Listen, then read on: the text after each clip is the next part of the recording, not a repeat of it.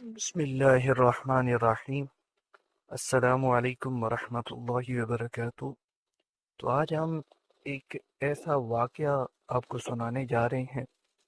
کہ زبان لٹک کر جو ہے وہ سینے پر آ گئی۔ تو آپ حیران ہو رہے ہوں گے کہ یہ کیسا ہے کہ زبان لٹک کر سینے پر کیسے آ گئی، اور اس سے بہت کچھ سیکھنے کا آپ کو موقع ملے گا۔ تو بلم بن باورا کا یہ واقعہ ہے کہ یہ شخص اپنے دور کا بہت بڑا عالم اور عابد و زاہد تھا، اور اس میں اعظم کا بھی علم تھا، اور یہ اپنی جگہ بیٹھا ہوا اپنی روحانیت سے عرش اعظم کو دیکھ لیا کرتا تھا، اور بہت ہی مستجاب الدعوات تھا کہ اس کوئی دعائیں جو ہے وہ بہت زیادہ مقبول ہوا کرتی تھی۔ اس کے شاگردوں کی تعداد بھی بہت زیادہ تھی۔ مشہور یہ ہے کہ اس کی درسگاہ میں طالب علموں کی دعوتیں جو ہے وہ 12,000 تھی۔ اور جب حضرت موسیٰ علیہ السلام قوم جبارین سے جہاد کرنے کے لیے بنی اسرائیل روانہ ہوئے، تو بلم بن باورا کی قوم اس کے پاس گھبرائی ہوئی آئی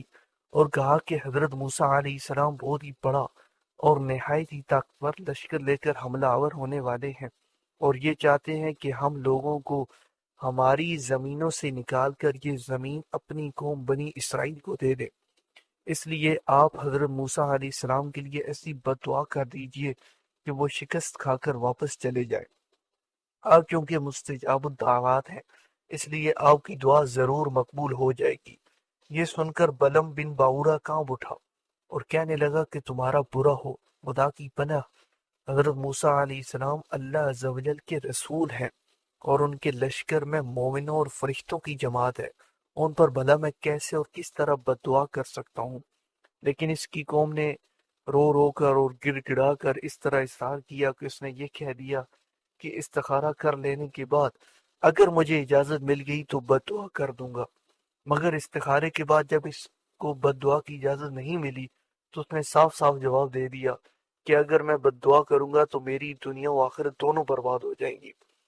اس کے بعد اس کی قوم نے بہت سے گراں قدر ہدایا اور تحفہ تحائف جو ہے وہ اس کی خدمت میں پیش کر کے بے پناہ اصرار کیا،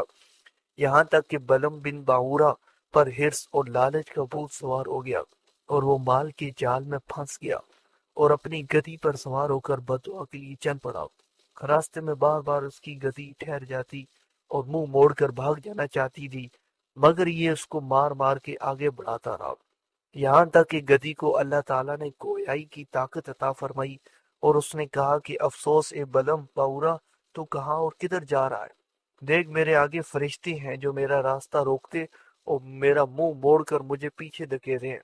اے بلم تیرا برا ہو، کیا تو اللہ کے نبی اور مومنین کی جماعت پر بددعا کرے گا؟ گدی کی تقریر سن کر بھی بلم بن باورا واپس نہیں ہوا، یہاں تک کہ حسبان نامی پہاڑ پر چڑھ گیا اور بلندی سے حضرت موسیٰ علیہ السلام کے لشکروں کو بغور دیکھا، اور مال و دولت کے لالچ میں اس نے بد دعا شروع کر دی۔ لیکن خدا عز و جل کی شان کہ وہ حضرت موسیٰ علیہ السلام کے لیے بد دعا کرتا تھا،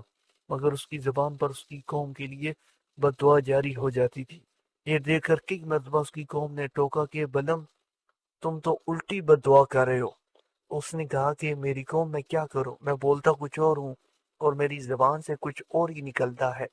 پھر اچانک اس پر غضب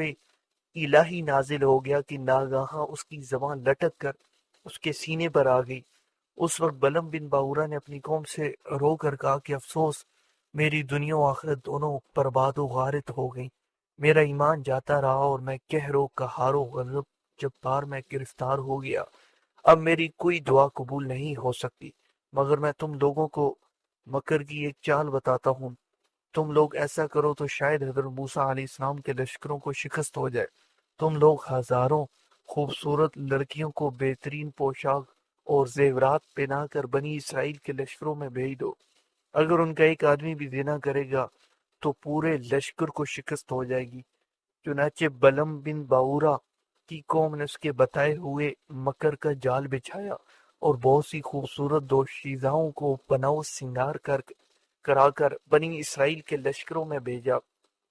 یہاں تک کہ بنی اسرائیل کا ایک رئیس ایک لڑکی کے حسن جمال پر فریفتہ ہو گیا اور اس کو اپنی گود میں اٹھا کر حضرت موسیٰ علیہ السلام کے سامنے گیا اور فتویٰ پوچھا کہ اے اللہ عز و جل کے نبی، یہ عورت میرے لیے حلال ہے یا نہیں؟ آپ نے فرمایا کہ خبردار، یہ تیرے لیے حرام ہے، فوراً اس کو اپنے سے الگ کر دے اور اللہ عز و جل کے عذاب سے ڈر۔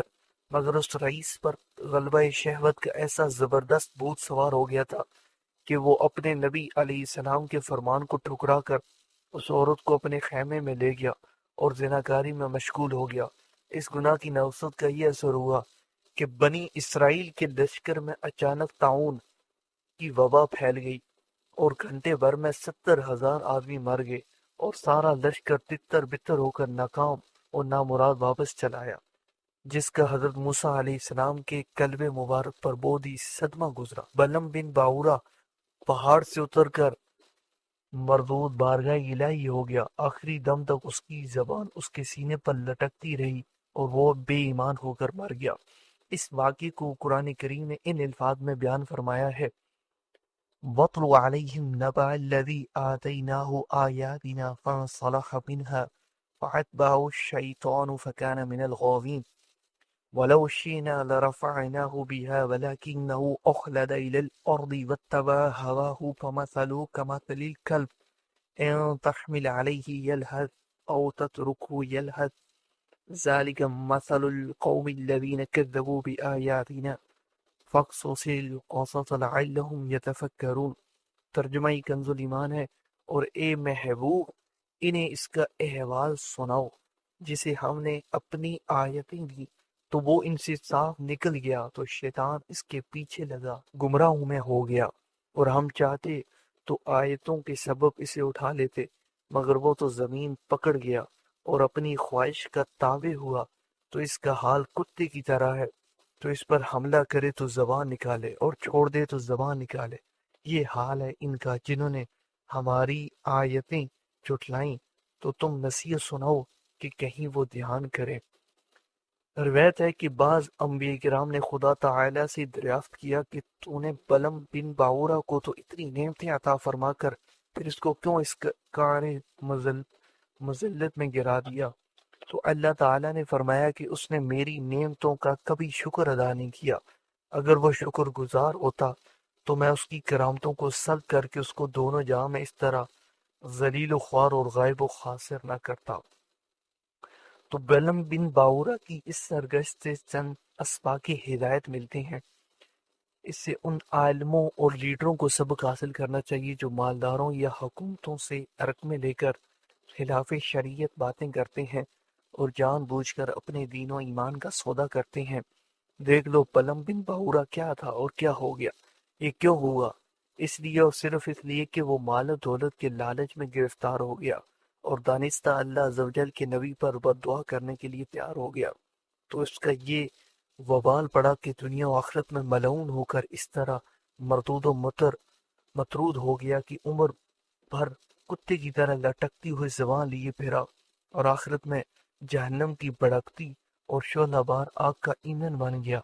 لہذا ہر مسلمان خصوصاً علماء و مشائخ کو مال و دولت کی حرص اور لالچ کے جال سے ہمیشہ پرہیز کرنا چاہیے اور ہرگز کبھی بھی مال کی طمع میں دین کے اندر مدانت نہیں کرنی چاہیے، ورنہ خوب سمجھ لو کہ قہر الہی عز و جل کی تلوار لٹک رہی ہے۔ اور اس ثانیہ سے عام مسلمان بھی یہ سبق سیکھیں کہ حضرت موسیٰ علیہ السلام کا لشکر جس میں ملائکہ اور مومنین تھے، ظاہر ہے کہ اس لشکر کے ناکام ہونے کا کوئی سوال ہی نہیں پیدا ہوتا تھا، کیونکہ یہ ایسا روحانی اور ملکوتی لشکر تھا کہ ان کے گھوڑوں کی ٹاپ سے پہاڑ لرزہ براندام ہو جاتے، مگر صرف ایک بد نصیب کے گناہ کے سبب ایسی نحوست پھیل گئی کہ ملائکہ لشکر سے الگ ہو گئے اور طاعون کے عذاب نے پورے لشکر میں ایسی ابتری پھیلا دی کہ پورا لشکر بکھر گیا اور یہ فوج ظفر فوج ناکام و نامراد ہو کر پسپا ہو گئی۔